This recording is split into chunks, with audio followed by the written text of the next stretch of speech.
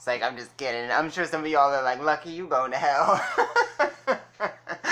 Alright, well, first off, I just wanted to say welcome back. I don't want to offend anybody with this video. And I am a spiritual person on a serious note, but I'm not religious. I grew up in a mixed background. On my father's side, they are diehard Catholics on my father's side. And then on my mother's side, they are Christian. Some Methodist, some Baptist.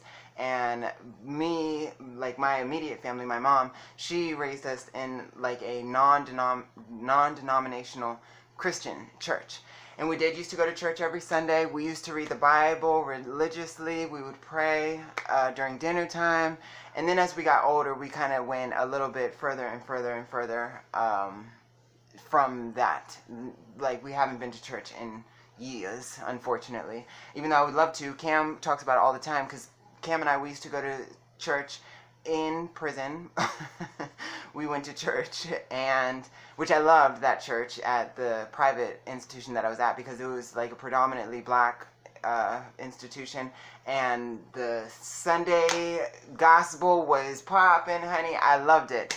And we pray all the time to this day. Like, even when we're arguing, Cam still wants to pray. Cam is very religious, actually. He is very religious, spiritual, I don't know, because there is a difference. Me, I don't really like religion because I feel like it is an organized way to just control people, is sort of like my opinion. I feel like it initially was established as a form of guidance to live out as best as possible, meeting God's wishes and following God's words and his way of life.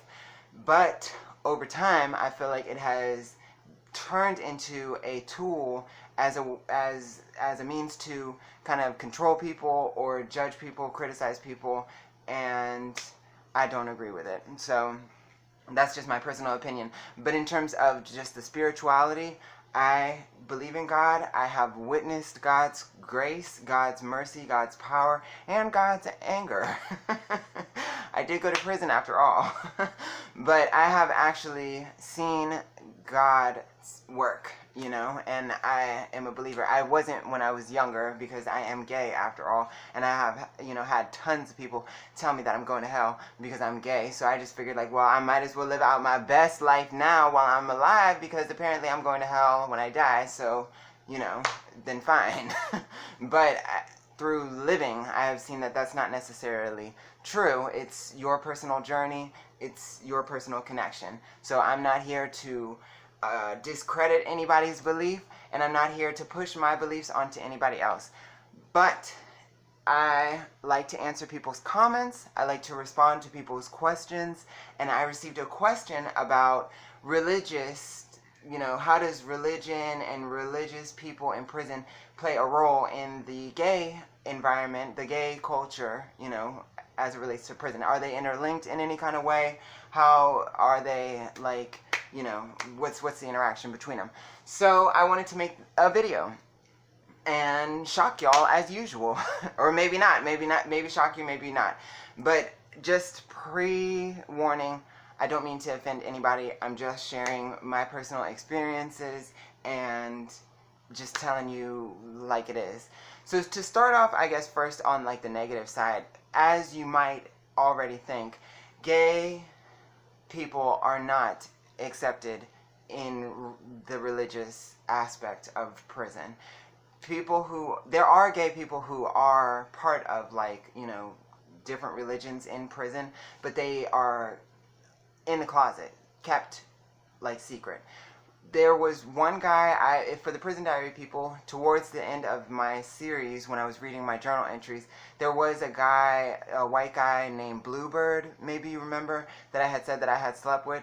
Well, he sang in the choir at the prison. He sang in the choir, and when he was in the closet, nobody knew that he was, messing around. He had messed around with a few other guys, but it was like not queens, it was regular guys, and it was a secret. Nobody knew about it. Some people might have suspected that he was gay, but there was no proof, so he was able to sing in the choir. Once it got around that he and I had messed around, they actually suspended him from the choir, if you can believe that. Like, they literally suspended him. And somebody else, there's another guy that I've mentioned in prior videos, Ring. He was like my closest friend. He was so cool, and he was a big slut. That's why a lot of people suspected he was gay, because so many people had messed around with him that eventually it was definitely a lot of gossip. People were constantly like, oh, he's gay, but he would deny and deny and deny. And he was like the lead. He had a beautiful, beautiful, beautiful voice. Like, literally should have been a professional artist making like top chart records. He had an amazing like R&B voice, and so he was the lead singer of the choir, had solos all the time. At one point he was actually kind of like on suspension, like a probation for like 30 days because of there was one person in particular that he was dealing with amongst the masses. He was kind of like a free man, free agent, just floating from one cell to another. But there was one guy that he actually was sort of like going steady with, that they were sort of developing a secret relationship. And then I think they got caught by somebody in the program on the other side of the building. The building had 3 pods. We were in 51 pod, and the guy that Ring was messing around with was in 53 pod, and somebody in that pod had seen them not messing around, but Ring had went into the guy's cell and they covered up the window, and you're not allowed to do that in the program. In like normal population, people do that, and it's who cares, like, so what? But in the program, you're not allowed to do that.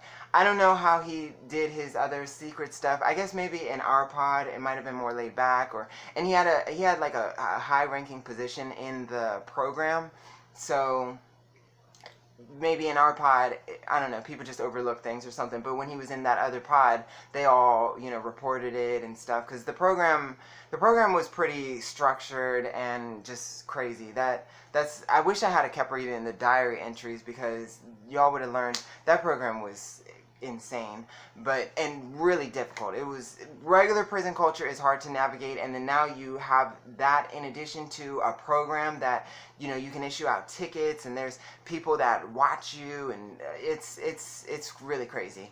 But because of that, once people started talking about how he went in the cell with the guy and they had the sheet up and they were all trying to speculate whatever, he was like temporarily suspended, but he fought against it and he got back into the choir. Me, I was not allowed to join different religions. Like, I couldn't go to Bible study, anything like that, period, because I could go to church, and all the homosexuals usually went to church, but we were not accepted like into that group, okay? Now, that's the negative side. On the flip side, you have so many guys that are like part of religions, and they constantly are trying to get at the homosexuals on the low, on the DL, on the down low, or outright dealing with people. Like, I would say the most popular religion that I noticed had guys constantly trying to get at the homosexuals are Muslims, ironically. In regular world, I'm trying not to confuse you guys, because things are so different from out here compared to prison. And I don't also want to offend anybody, because I know that some of these things are kind of like prejudice, I guess, and a little bit ignorant, so I don't want to really say things like this. But I would guess that in the regular world, when you hear the religion Muslim, your mind goes to a certain minority, I would think. It goes to a certain, culture of people and minority. And I have Muslims in my family, actually, who are black. And then, personally, I have had friends, and my sister has had some of her closest friends that were Muslim from other countries. And I have friends now that are Muslims from other countries. But in prison, almost all the Muslims, actually all the Muslims, are black. And there's a few white Muslims, okay? Most people in prison join certain things for, like, protection or for a sense of security because now they are a part of a community, okay? Prison is all about survival, and the best way to survive is by gaining access and acceptance to a group of people, because now you have like a support system, okay? So people will join gangs even though they never had any affiliation with gangs out in the streets, and now actually that's a great way to make your time tougher than what it would have been, but people don't know that going in because most of the trouble comes from gang related activities, but people think that they'll get like protection or security or safety or something by joining a gang, and it's hard to get into a gang, it's hard being a part of a gang, and then it's hard to get out of a gang. So and then the other alternative is religious groups. You have actual like groups where they pray together, they have like Bible study, fellowship together. They spend their days, it's a way to like occupy your time. They spend their days, trying to preach the word or spread the word or just, commune with each other, going over the word, something like that. But nevertheless, over time, as you're doing your time and you see how, the community, the prison like environment is, some people, they still want to get their jollies, rocked off or whatever, and they will approach the homosexuals. I had been surprised how many Muslims like came at me. When I was at the jail, I had a few different guys, black guys that were Muslim, make passes at me, like, try to get at me, and I didn't, because I just don't respect stuff like that. I don't respect things where you're on the outward appearance, you're trying to make things be perceived a certain way, but then like underneath that, you're sneaking, trying to do all this other shady shit. I've never been somebody who is for that or even try to have compassion for it. Like, I understand why some people do it, but I don't agree with it, and I feel like direct that to the next homosexual, to somebody else, because you have plenty of gay guys that they don't mind shit like that and they don't care, and some of them that are actually like turned on by that, like they like the breaking the rules thing or the sneaking around thing. They actually like that kind of stuff, so that's fine, to each his own, directed to somebody else. I don't like it. Like, I don't respect it. I don't want to have nothing to do with it. I'm somebody who is transparent, out and proud with my shit, and I'm not trying to say I don't have secrets. Of course I do. Like, things that are private, to me, it's my privacy, my business, and that's what it is. But in terms of like my morals or the things that I stand for or something like that, like, I wear it on me, and that's, I want somebody that's the same way. That's why I'm with Cam. Cam is more like that than I am. Like, a lot of our arguments are because he tells too much of our business, and I'd be like, Cam, you're supposed to protect our relationship. Like, you're supposed to protect what you have. Like, you can't be just exposing everything to everybody, bringing harm in, but he's the type of person where he's just, completely open. And, but it's one of the things I love about him, but at the same time we have our issues.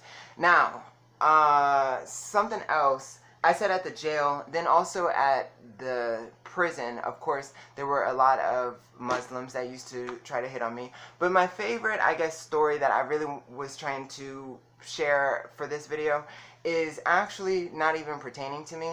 Again, for the Prison Diary people, back when I was at the state facility, and I told you I was really good friends with this guy, Spade. He was so cool. He was like, he is and always will be my number one guy that I really appreciated and respected for always treating me like a regular person. You know, out of the many people that used to come at me trying to, you know, make a pass, or the ones that always like bothered me the most or hurt me the most or, you know, angered me the most, was the guys that would initially make friends with me, like come at me in a way that they're trying to become friends with me, or they act like they like me in some kind of way, or in a friendly way, like act like my personality is good enough just to kick it with, and you know, we just cool, they think I'm cool or something, but then over time switch up and suddenly now they're you know, flirting or making suggestive comments, remarks, or gestures or something like that. That would always really sometimes just really make me like break me down, like just make me sad, because I'm like, dang, like no matter what, I'm just always just valued as something sexual, like every single fucking time, you know. But Spade, he never switched up like that. He always was the same, and partly because I'm not even his type. He was the type of guy, he was black, and he loved white guys that were really tough, like white guys that had tons of tattoos, maybe not even all that good looking, like real burly and, you know, butch and, you know, like just tough white guys. And he loved turning them out, like turning them out. And he has his twisted reasons of the reason, like why he developed a fetish like this.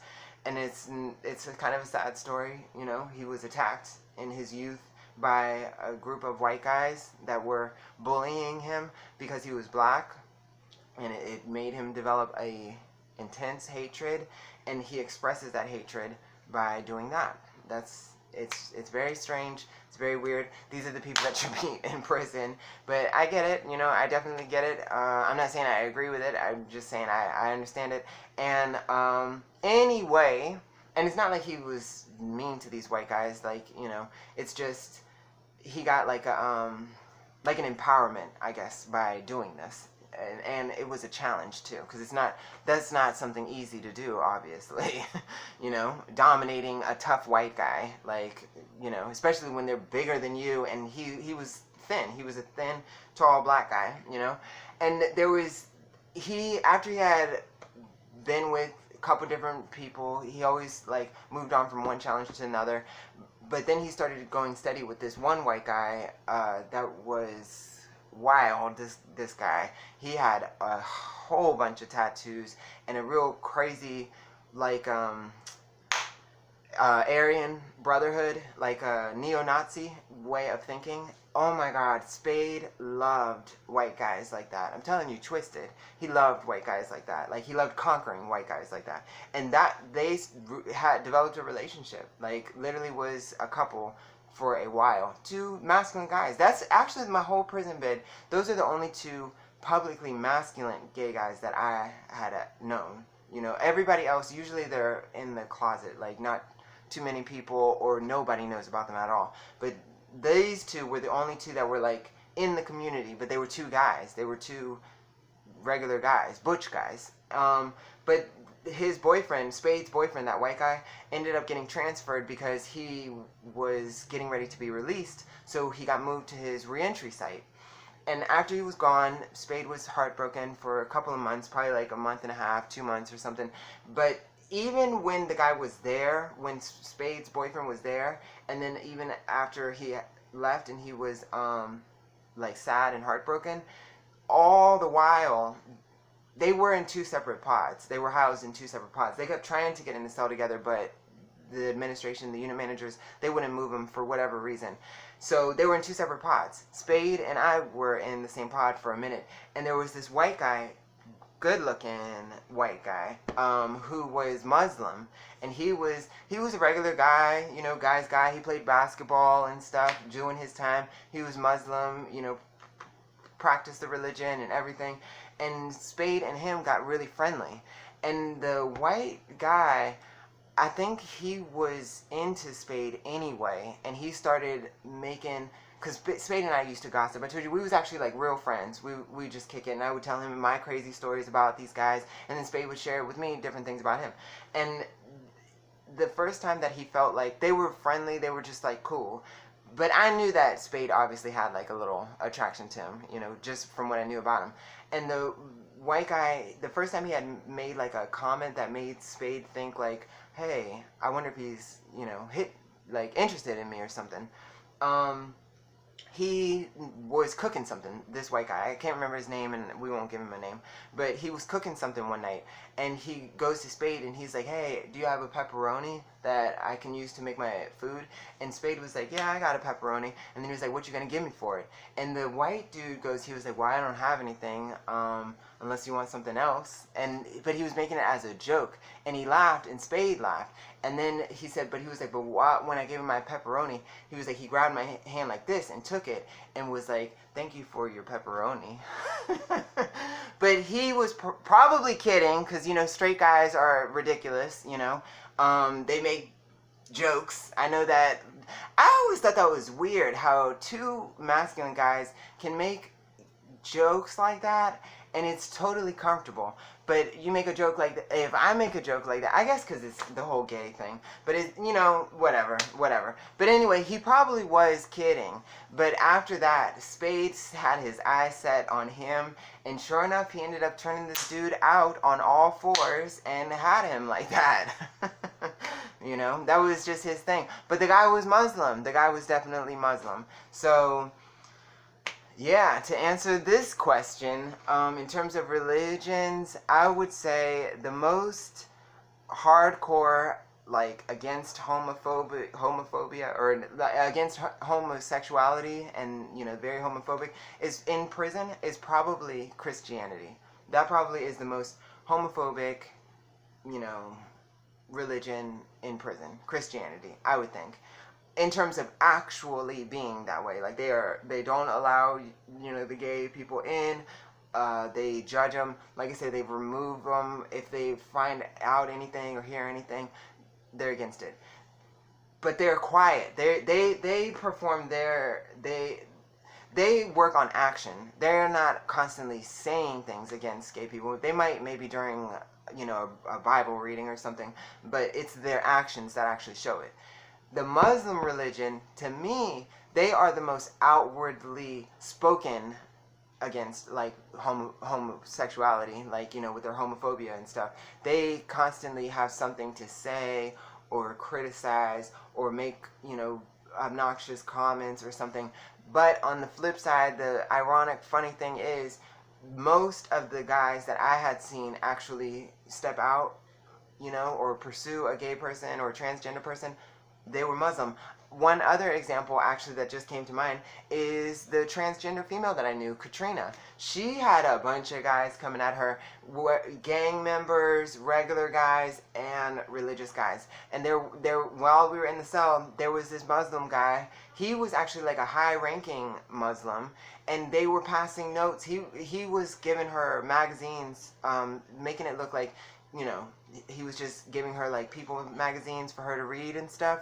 And in the magazines were notes, and then she would, you know, give the magazine back, allegedly, and she would have a note too, and they were passing notes. But then eventually it started to get around the compound, like, the other Muslim brothers, they started being like, you know, what's going on with so-and-so, he's always giving the boy, even though she was a real transgender female, but they would be like, oh, he's always giving the boy magazines, what's up with that, you know, like, they ain't even supposed to be interacting, and all of these things. And I think they actually ended up, because later I was moved out of the cell, like, with her, I got out of the cell with her, and I was eventually on the other side of the compound, and we were fighting for a minute, but then we still were like cool afterwards, and we would talk. And I would hear things about her sometimes, and later I do think that I had heard that they actually got busted, like, you know, he went up in the cell. I mean, there's only so many letter writings you can do saying this and that before, you know, the guy actually wants to do it, especially because for her, maybe she getting dick every other day or every day, but he ain't had ass in 5 years, 6 years. Like, yeah, he's gonna try to run up in that cell at some point, you know? And yeah, I think I did hear at one point, like, that they had gotten, I don't know if they got, usually when people get caught, it's not so much that they got caught doing it, but they got caught going in the cell or being seen go in the cell or something. And sometimes it is what you think it is, but there are times where it's not. But anytime you go into a cell, people automatically assume that's what you're doing, you know. And in the case with them, I would definitely assume that that's what they did, because I knew that they were passing notes like that. So there you have it. That is my story, okay? And I actually, talking about this, it makes me want to do another video just mentioning the codes that people break. Like the gang codes, the religious codes, marriage vows. Like, you'd be surprised how many things people are committed to publicly, but yet privately they come in at the gay people, you know? Sickening, sickening. And it's a lot, especially in prison. It's a lot, okay? Alright, but I love you guys, and I will see you in the next video. Bye. Don't forget to subscribe.